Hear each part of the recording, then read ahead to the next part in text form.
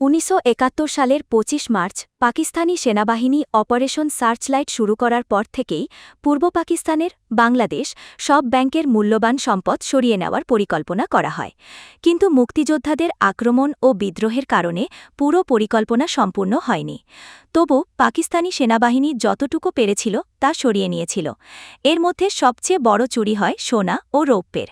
পূর্ব Pakistan state ব্যাংকের বর্তমান বাংলাদেশ ব্যাংকের পূর্বসূরি সোনার ভাণ্ডার থেকে প্রায় ৩০ লাখ টাকার সোনা, প্রায় ১০০ কেজি ও বিপুল পরিমাণ রৌপ্য সরিয়ে নেওয়া হয়।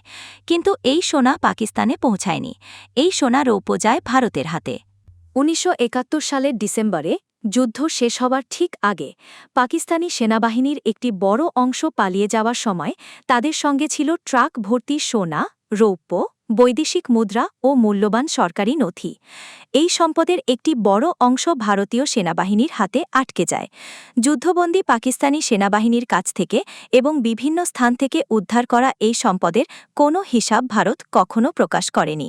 বাংলাদেশের স্বাধীনতার পরপরই ১৯৭২ সালে বাংলাদেশ সরকার ভারতকে আনুষ্ঠানিকভাবে অনুরোধ করে এই সোনা, রৌপ্য ও মুদ্রা ফেরত দেওয়ার জন্য। কিন্তু ভারত সরকার বলে, এগুলো আমাদের যুদ্ধের খরচের অংশ। অর্থাৎ যে বাংলাদেশের মানুষের রক্তে স্বাধীনতা এলো, সেই রক্তের দাম ভারত নিয়ে নিল সোনা দিয়ে।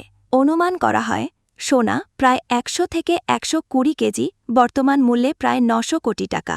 রৌপ্য প্রায় ১৫০ টন, বর্তমান মূল্যে প্রায় ১,২০০ কোটি টাকা।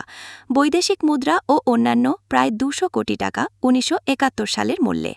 এই সম্পদের কোনো হিসাব আজ পর্যন্ত ভারত দেয়নি। এমনকি বাংলাদেশের স্বাধীনতার ৫০ বছর পরেও এই সোনা রৌপ্যের কোনো চিহ্ন নেই।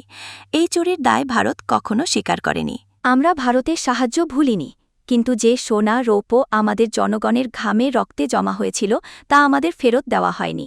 এই ঋণ আজও অমীমাংসিত। এই সোনা, রৌপ্যের কথা আমরা ভুলিনি এবং ভুলব না। ১৯৭১-এর সোনা, রৌপ্যের হিসাব এখনও বাকি।